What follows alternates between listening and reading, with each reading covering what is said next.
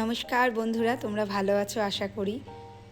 তো এখন তো 1:30 বেজে গেছে। তো আজকে শীতকালে এখন তো আমি তাড়াতাড়ি স্নানও করি না, কারণ আমার ভীষণ ঠান্ডার ধাঁচ। গরমকালে যেটা করতে পারি শীতকালে একেবারেই হয় না। তো ছাদে চলে আসলাম 1:30টার সময়, সব কাজকর্ম সেরে তোমাদের দাদাকে রান্না, ভোরবেলা উঠেছি ঠিকই, কিন্তু রান্না করে দিতে হয়নি, শুধু ভাতটাই করেছি আর সব গরম করে গুছিয়ে দিয়েছি, কারণ আগের দিন হাবড়ায় খাওয়া দাওয়া করেছি বলে ওগুলোই ছিল। তারপরে একটু বেলা হয়ে গেছে, আর বেলা হলে পুজো দিতে ইচ্ছা করে না, তবু কী করব, এখন তো শীতকাল, দেখতে দেখতেই কিন্তু সময় চলে যায়, তাই না? তো দেখো গাছে 2টো গোলাপ ফুটেছে, এত আনন্দ লাগছিল। 3টে ফুটেছিল জানো তো, 2টো তুলেছি আর একটা গাছে রেখে দিয়েছি।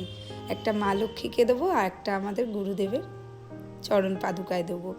আর এদিকে নীলকণ্ঠের তো মেলা বসেছে, ভালোই হয়েছে জানো তো। শীতকালে ফুলটা একটু বেশিই পাওয়া যায়, দেখলাম যা। আমার ছাদ বাগানের সাথে কিন্তু তোমাদের পরিচয় আগেই করিয়েছি, তোমরা অনেকবার দেখেছো। আর আজকে দেখে প্লিজ কমেন্ট করো যে আমার ছাদ বাগানটা কেমন।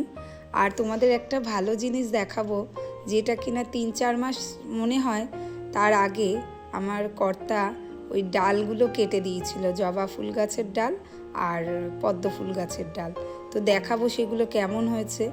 আর এইদিকে দেখো পুচু দরজার কাছে বসে রয়েছে, ওকে সকালে ছাদে দিয়ে আসি, রোদ্দুরটা পোহায়। তো কি বদ দেখো, ও আমাদের ছাড়া একদম থাকতে পারে না, মানে নিচে থাকবে। আর আমার একটা ভয় কি জানো তো, নিচে যদি বেরিয়ে যায় দরজা দিয়ে রাখতে হয়। আর রাস্তার পাশে বাড়ি, মানে একটা বিড়াল ওইভাবেই আমার মারা গেছে, আমাদের খুব মন খারাপ ছিল সেই সময়। তো ওকে আর হারাতে চাই না, তো এইভাবেই ছাদে রেখেছি। আর যখনই ছাদে উঠবো সকালবেলা, তখন এরকম বায়না করবে, ওখানে বসে থাকবে, যেই দেখবে আমরা ঢুকেছি আর ওখান থেকে নড়বেই না, মানে দরজা খুললেও ও আগে ঘরে দৌড়ে আসবে। এত বোঝে কি করে কি জানি। তারপরে আমি একটা ফুল ছিল আর তুলসী পাতা তুলে নিলাম, একটা গাঁদা ফুটেছিল ওই দিকের গাছটায়, তাই ওটা তুলে নিয়েছি। আর এই যে দেখো তোমাদের দাদা এখানে সেই সারটা দিয়েছিল, নামটা না আমার ঠিক মনে নেই, ওই বলতে পারবে। তার গাছগুলো কি সুন্দর, মানে চারা গাছের থেকে যে ডালগুলো কি সুন্দর ভরে গেছে। আর দেখো যেখান থেকে কেটেছে কিন্তু একটুও শুকায়নি। আর এমনি তোমরা কেটে দেবে, দেখবে ওখানে শুকিয়ে যাবে। আর তারপরে জবা ফুলও তো গাছে দেখালাম তোমাদের কিভাবে ভরে রয়েছে, মানে এখনও সবে ডাল বেরিয়েছে, তাতেই ফুল ধরা শুরু হয়েছে। তো তাই দিয়ে কিন্তু আমার পুজোর কাজটা মোটামুটি মিটেই যায়। তারপরে দূর্বা নিয়ে আসলাম। দূর্বা আমার তো গণেশজিকে প্রতিদিন 5টা করে দিই, মানে আমার ওই জন্য দূর্বা গাছটা লাগানো, যাতে আমার অন্য কোথাও না যেতে হয়। আর বেল গাছ তো পাতাগুলো তো এখন পুরো, মানে কি বলবো, ঝরেই গেছে। আর পাতাগুলোতে সেই গোল গোল চক্র চক্র হয় না, সেই পেছনে ভর্তি। তা ওই বেলপাতা কিন্তু পুজোয় লাগে না শুনেছি, তাই আমিও দিই না।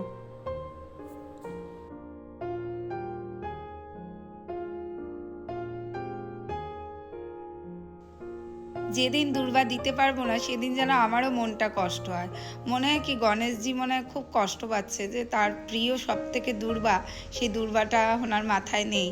আর দূর্বা শুনেছি গণেশজি সবসময় মাথায় দিতে হয়, মস্তকে, ওনার ভীষণ পছন্দের জিনিস দূর্বা। তো এইভাবে আমি পুজোটাকে কমপ্লিট করলাম। তারপরে আমি সূর্যার্ঘ্য তো ভোরবেলায় দিই স্নান করে, সেটা কিন্তু গরমকালে। শীতকালে কিন্তু আমি একেবারেই ভোরবেলা স্নান করতে পারি না, সামান্য ভোরে উঠে, মানে 4টের সময় উঠে ওই জলে হাত পড়ে, তাতেই আমার এইভাবে ঠান্ডা লাগে, প্রচণ্ড কাশি হয়, সারা রাত ধরে কাশি, যার জন্য কিন্তু আমি আর ওই ভোরবেলা স্নান করি না শীতকালে। তাই এই স্নানের পরেই হাতে জবা ফুল নিয়ে তারপরে সূর্যার্ঘ্য বলে আমি ওখানেই সিংহাসনেই দিয়ে দিই, জলটা দিই না, শুধু ফুল দিয়েই দিয়ে দিই। এই দেখো মন্ত্রটা পড়ি, পূব দিকে তাকিয়েই মন্ত্রটা বলে তারপরেই আমি সূর্যার্ঘ্যটা দিই। আর ওদিকে জবা ফুলগুলোর পেছনের ডাঁটি আর পুঙ্কেশ্বর কিন্তু সবসময় ভেঙেই দিই, কারণ বড়রা বলে সেটাই শুনি। আর এদিকে বাইরে চলে এসে তুলসী গাছে জল দিয়ে দিলাম, 1 ঘটি জল দিতে হয়েছে, কেন বলো তো, অল্প জল দিতাম প্রতিদিন, কিন্তু গাছটার মাটিগুলো একটু শুকিয়ে গেছে, ওখানে রোদ পড়ে হালকা হালকা, তো ওই আজকে একটু বেশি করে জল দিয়ে দিয়েছি। তারপরে ঠাকুর ঘরে গিয়ে আমার মঙ্গল ঘটের চাল দিয়ে দেবো। আমি স্নান করতে যাওয়ার সময় আগে জানো তো চালটা ভিজিয়ে রেখে গেছিলাম, আর মঙ্গল ঘটের জন্যই চাল তুলে রেখে গেছি। এক মুঠ চাল তুলে রাখতে হয়, সে তুলে আন্নিক করে তারপরে আমি মঙ্গল ঘটে চালটা দিয়ে দেবো। আর চালটা কেন ভিজাতে হয় জানো তো, এত ফোটে চালটা কি বলবো, সে আধ ঘন্টার বেশি লাগে ভাত হতে জানো তো। তাই জন্য একটু ভালো করে চালটাকে ধুয়ে আমি স্নানের আগেই চালটা ভিজিয়ে রেখে যাই। তো পুজো করে এসে রান্নাঘরে এসে ভাতটা বসিয়ে দেবো।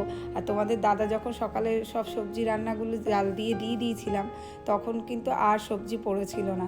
থাকবো তো ছেলে আর আমি, তোমাদের দাদা আজকে আসবে না, কালকেও আসবে না, সেই আসবে পরশুদিন বিকালে জানো তো। তা অত আর রান্নাবান্নার ঝামেলা রাখবো না, তাই ভাবলাম যে বিকাল থেকেই তোমাদের সাথে দেখা হচ্ছে। তো এখন খেয়ে দিয়ে আমি শুয়ে পড়েছিলাম। তারপরে এই বিকাল 4টে বাজে, তখন উঠে বাইরের যে রোদটা চলে গেছিলো, দেখতেই পাচ্ছ কেমন মানে সূর্যি মামা পাটে চলে গেছে, বোঝাই যাচ্ছে আস্তে আস্তে যাচ্ছে পাটে। তো লেবুর খোসাগুলোকে আমি তুলে রেখে দেবো, এগুলো আবার পচে গেলে তোমাদের দাদা আবার আমারে খুব মুখ করবে, তাই জন্য লেবুর খোসাগুলো ভালোই শুকিয়েছে জানো তো। তো ওগুলো তুলে রেখে যে বাইরের যে জামা কাপড়গুলো মেলে রাখি, মানে টুকটাক জিনিস বারান্দায় রোদ আসে ওই রেলিংয়ের উপরে আমি মেলে দিই। তো সেইগুলোকে নিয়ে এসে আমি আনলাগুলো ভাঁজ করে রান্নাঘরে চলে যাব, কারণ ছানাটা বানিয়ে নেবো। আর এদিকে দিদিমণি কিন্তু আজকে পড়াতে আসেনি, দিদিমণির খুব শরীর খারাপ হয়েছে ওই কারণে। তো ছেলেকে বললাম যে তাহলে খেলো, পাশের বাড়ি একটা বাচ্চা এসছে সেই অরণ্য, তোমরাও সেই অরণ্যকে ভালো করে চেনো। তো ওর সাথে খেলাধুলা করছে। আর এদিকে আমি জানলাগুলো সব দিয়ে দিলাম। সবার বাড়িই কিন্তু ওই বিকাল হলেই আগে জানলা দেওয়ার মানে কাজটা হয়, কারণ শীতকাল যেহেতু, সেই কারণে। তারপরে রান্নাঘরে চলে এসে যে দুধটা জাল দিচ্ছিলাম, এই দুধটা ছিল আমাদের 3-4 দিনের দুধ জানো তো, প্রায় 3 কেজি মতো দুধ। তা সেটা জাল দিয়ে তুলে রেখে তার থেকে একটুখানি দুধ নিয়ে আমি ছানাটা করেছি। আর আগেই বলেছি আমার ছোট ছেলেকে আমি একটু ছানা খাওয়ানো অভ্যাস করছি, কারণ ওর তো দুধ সহ্য হয় না, সেই কারণে। করো না তুমি নিজের থেকে, করো দেখি।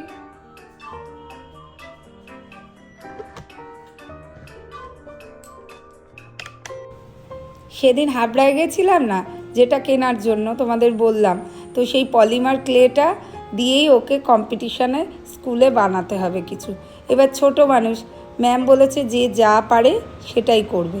তো ক্যাটারপিলারও বলেছিল করতে পারে, তো আমি ওকে ক্যাটারপিলারটাই শিখালাম। ওকে প্রথমে বলেছি তুমি এটা করো, ম্যামেরা একটা ছবি পাঠিয়েছিল, সেই ছবিটা দেখিয়ে বলেছিলাম তুমি এভাবে এভাবে করো। তো ও নিজে নিজেই কিন্তু জিনিসটা করলো, আর সত্যি এত ভালো হয়েছে। শুধু কিছু জিনিস আমি ভুল ভ্রান্তিগুলো ওকে আমি বলে দিলাম, বলে দেওয়ার পরে ও সেটাকে কমপ্লিট করলো, বেশ ভালোই করতে পেরেছে। আমার তো দেখে বেশ ভালোই লাগছিলো, তোমাদেরও ওই জন্য শেয়ার করলাম আজকের ভিডিওটা, কিন্তু ওই কারণেই। কারণ প্রত্যেক মাদের কিন্তু আজকাল সন্তানদের পেছনে প্রচুর পরিশ্রম করতে হয়, আর আমার কিন্তু সারাদিন কেটে যায় ওর পেছনে।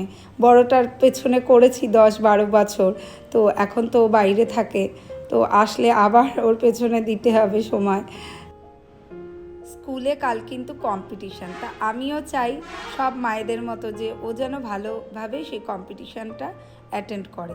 তো ওই কারণেই ওর পেছনে কিন্তু আমার অন্য সময় যতটা ওর উপর লেবার দিতে হয়, কিন্তু এটা করার পেছনে আমার কিন্তু অতটা খাটতে হয়নি, মানে আমি জাস্ট বলে দিয়েছি, ও করে ফেলেছে। আর কিছু ভুলগুলো আমি ওকে বলে দিয়েছি যে এভাবে এভাবে স্কুলে কিন্তু খেয়াল করবে যেন এটা না হয়। তো ও কিন্তু সেটা শুনবে কি না সেটা জানি না, স্কুলে পরীক্ষাটা দিয়ে আসুক তারপরেই বুঝতে পারবো। আমি একটা হাতে মোয়া নিয়ে খেতে খেতে ওর জিনিসগুলো দেখছিলাম। তো তোমাদের সাথে এই কারণেই ভিডিওটা শেয়ার করছি। দেখো সত্যি কথা বলতে আজকাল কিন্তু মানে প্রত্যেক মা বাবা কিন্তু সন্তান একটা হোক, দুটো হোক বা তিনটে হোক, প্রত্যেকটা সন্তানকে নিয়েই কিন্তু সেইভাবে দৌড়ে যাচ্ছে। কারণ আজকাল কম্পিটিশান যুগটাই পড়েছে, মানে এক প্রচণ্ড চাপ, মানে চাপ তোমাকে নিতেই হবে, কিছু করার নেই। তো ওদের পড়ায়ও যেমন চাপ, এই সব কাজেও চাপ। সামনে তো আবার আরও অনেক কিছু অনুষ্ঠান আছে। যাই হোক, এটা তো কালকে কমপ্লিট হোক। তো এই দেখো কমপ্লিট হয়ে যাওয়ার পরে কি সুন্দর কিউট লাগছে ক্যাটারপিলারটা, মানে আমার ভীষণ ভাল লাগছিল জানো তো। যে দেখো চোখ দুটো চোখ দুটো টেডি বিয়ারের চোখ, জানো তো আমি অনেক আগে টেডি বিয়ার বানিয়েছি, অনেক, সে সময় তো ফোন ছিল না, তাই তোমাদের সাথে শেয়ার করতে পারিনি। সেই টেডি বিয়ারের চোখ আমার কাছে ছিল দুটো, তা আমি ওকে বললাম এই টেডি বিয়ারের চোখ দুটো দিয়ে দাও না, তাহলে দেখবে একদম আসল লাগবে। আর এটা এই কালার করেছে, হ্যাঁ, যে পলিমার ক্লেগুলো দিয়েছিল তার মধ্যে কিন্তু অনেকগুলো কালার থাকে জানো তো। আমি শুধু স্কুলের জন্য গ্রিন, হোয়াইট আর অরেঞ্জটা দিয়েছি, কারণ গ্রিন দিয়ে বডিটা করবে আর হোয়াইট দিয়ে যে পেটের দিকটা সেটা করবে। আর এটা প্র্যাকটিস করার জন্য আমি এই কালারটা বাড়িতে করতে বলেছি, কিন্তু গ্রিনটা করলে বেশি ন্যাচারাল মনে হবে। তো দেখো কতটা কিউট লাগছে ওকে। তো আজকের ব্লগটা তোমাদের কেমন লেগেছে প্লিজ একটু জানিও, আর তোমাদের ভালো লাগলে আমার পরিবারের সঙ্গে থেকো, আর একটা লাইক, শেয়ার, কমেন্ট অবশ্যই আমাকে করে দিও। তো আজকের মতো ভিডিওটা এখানেই শেষ করলাম। তোমরা ভালো থেকো, সুস্থ থেকো, আর আসবো কালকে আর একটা নিউ কোনো ব্লগ নিয়ে।